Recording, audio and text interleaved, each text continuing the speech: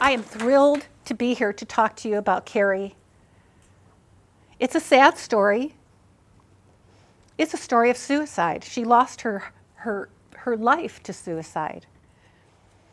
But what I really want to make sure that you leave here knowing is that yes, she died of suicide, but more importantly, she died of an undiagnosed and untreated disease called depression. We have to treat depression before we can get to the suicide. I'm a nurse, I'm an RN, and I always equate this to a diabetic saying we've got to prevent diabetic coma when we're not doing anything about insulin problems. And so my focus here today is to have you understand when you leave here the connection. Kari was a great kid. She was hard to raise, but she was sweet and she was nice, and gosh, how I wish she could be with you today. How I wish you would know her. The last part of this video is Kari at her awards night. And you all recognize the North Gym, yes? It's her awards night, and she's standing there, and she's so thrilled. The stands, everybody's standing in the stands. The crowd is clapping. Kari was in her element. She loved the attention. She loved the accolades. And as there's all this applause, the announcer is announcing all of the records that she broke here at Fresno State. And that was in March. And it wasn't 9 months that Kari hanged herself in our backyard. The last part of this video on her ceremony night, it was such a great night for us. It was such a night of celebration. We went out to dinner, and we just couldn't believe, though, that 4 years had passed so quickly. 9 months later, January 18th, I had tickets to go see the Doobie Brothers, and I had enough tickets for Kari to go, but she didn't want to go. So my son, myself, my husband, and it was real unusual for Kari not to go with the family, but within the last couple of months, she was very different. We left for the Doobie Brothers, and as I went out, she said, "Mom, give me a hug." And so I gave her a hug, and she whispered in my ear, "I love you." She went up to her stepdad, hit him on the shoulder, and said, "Love you, man." And those are the last words that her stepdad and I had heard from Kari. And I went to the Doobie Brothers, sitting there listening, and I just felt like I shouldn't be there. I wanted to be home. So immediately afterwards, we came home. And I walked into the door, looking for Kari, and I hear music blaring in the house. It's Sarah McLachlan, Fumbling Towards Ecstasy, that CD. And I looked all over for her, went into her room, and her CD player was faced out to the backyard. So I went out to the backyard, and it was a typical Fresno Visalia night of January. It was dark. It was damp. And as I was walking around, couldn't find her. On the table, I saw a phone, an empty wine bottle, and a glass. And I started to get creeped out, thinking, where is Kari? I kept looking for her. Our dogs were kind of acting funny. And the last place I looked, we had this pool equipment that was covered by a fence and I guess a roof. And I went, and it was dark. And as I walked, I bumped into something, and it moved. And as I moved back, it came to me, and I looked up, and I saw Kari hanging from the rafters of that roof. I'm a nurse. I screamed out, "I need help, I need help." My husband, who's a physician, came, yelled to our son, "Call 911, and Kenny, sweet Kenny, called 911. I lifted Kari up. I wanted the pressure off of her neck. She's hanging. My husband came, and he's got on that pool, whatever that thing is, and he pulled the chain and took the chain off. And when he did, Kari fell her entire weight into me, and I fell, and I collapsed, and I was in the leaves, and I was in the earth, and it smelled earthy, and I just wanted that earth to swallow me up and disappear because I could not believe this was happening. In the distance, I heard the sirens. The paramedics came in. My husband and I were 1,002, 1,003, 1,000, 1,002, and this is my daughter. 2 days later, January 20th at 4:10, Kari lost her life. I was devastated, of course. I was confused. I was ticked off. I still was thinking, while I was in the hospital, who made her do this?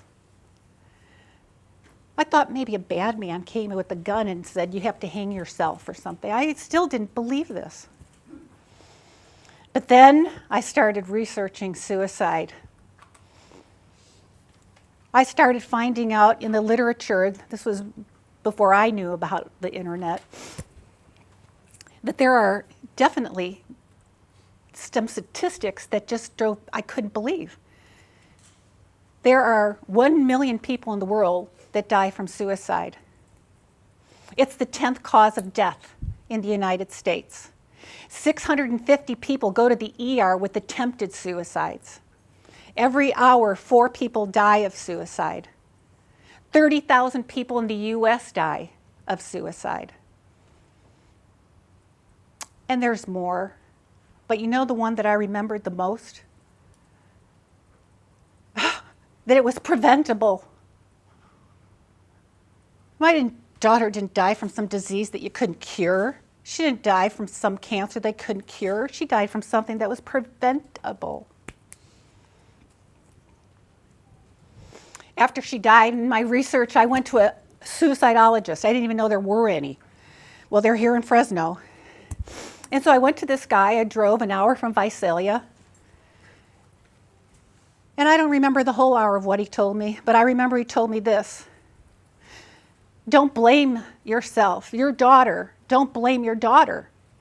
Your daughter on that night was hurting so bad, she had spiraled down into this black hole that was so deep. The only relief, the only way she could get relief was to hang herself, to end her life. And he also told me, your daughter lost hope. I remember driving back from Fresno to Visalia thinking to myself, that's the worst thing I could tell a parent. Your child lost hope? Oh my gosh. I mean, I used to think about animals, crawling to save their lives. And I remember thinking about all the times I saved Kari's life. Don't touch hot. Don't cross the street. Carl will get you. I was so assaulted by the fact that she had taken her life that I had worked so hard to save so many times. I kept researching, and I found out that there's also people at risk for suicide. Risk factors for suicide were, of course, people who have attempted before. Well, she didn't do that. People at risk for suicide are those who feel worthless. That's kind of number one. And I will tell you in a little bit why Kari was feeling so bad. At risk for suicide are people who are depressed, who have a history of mental illness in her family. Risk factors also was learning disabilities. I'm going to tell you a little bit later, Kari was dyslexic, big time dyslexic. People at risk are people that talk about suicide, gays, lesbians, people that are loners, self-mutilators. These are all high-risk individuals. Kari had a lot of those risk factors, and I was shocked. I went on and I learned signs and symptoms, and my nursing friend out there, that as you study diseases, and the next thing you study is what are the signs and symptoms. So I started looking at the signs and symptoms of suicide/depression. And Kari had so many of the signs and symptoms. Her first sign that I saw was that she began to talk a lot about death. When she was home, she was just obsessed with death. I also noticed Kari started gaining weight. She started not caring about what she looked like. Her appearance went down. She stopped sleeping. I would hear her up in the middle of the night, walking around. And she felt worthless. She told me in a suicide note that she can't live in a world where she was so successful at Fresno State as a basketball player and now she had nothing. She couldn't live in that world. A feeling of worthlessness, hopelessness, and she felt helpless to do anything about it. Signs and system was risky behavior. Her friends told me she would go to bars and she would walk home in terrible neighborhoods. And I said to her, Kari, what are you doing? And she goes, yeah. People that have social isolation. She broke up with a boyfriend, got another boyfriend, broke up with him.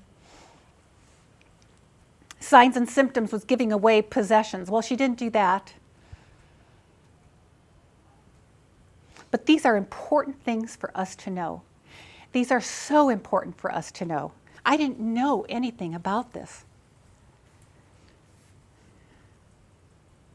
And now I do. And now I want to stop the clock. And I want to go back to that awards night. And I would know what to do. In those months where I saw Kari spiraling down, I would get her treatment. Because the first thing I want you to know is to treat, you've got to know what you're looking for. To treat diabetes, we got to know that your sugar's high and bad. To treat suicide, you have to know how to treat depression. Half of the suicides are from depression. We need depression awareness. That's what we need. And then we'd get the suicide cured.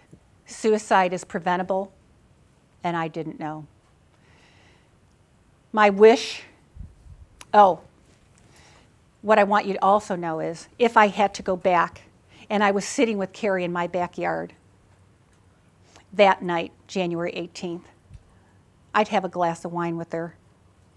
And I would say to her, are you thinking of suicide? And they say that if you are, you're not going to lie about it. You'll say yes. And then you have to ask your buddy, your friend, your pal, your whoever, do you have a plan? And if Kari says, yeah, I was looking in the tool shed and I found a dog chain. And I see the dog chain right by the wine bottle. You have what constitutes a medical emergency. You have someone who is thinking of suiciding. They have a plan and they have the means to do it. It is so important to act. Call 911. And then the paramedics would come before Kari hanged herself, not after. My hope, as I stand here and look out here, I wish I would see Kari. If she would have heard some person come to Fresno State and talk about this, I do believe she would have gotten help. No one really wants to die.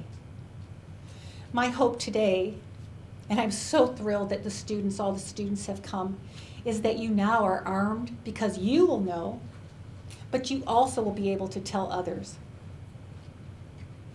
My hope is that no one has to sit in their backyard spiraling down into that deep tunnel knowing that they are going to hang themselves. The devastation of suicide is forever. It's a legacy of pain. God bless and thank you.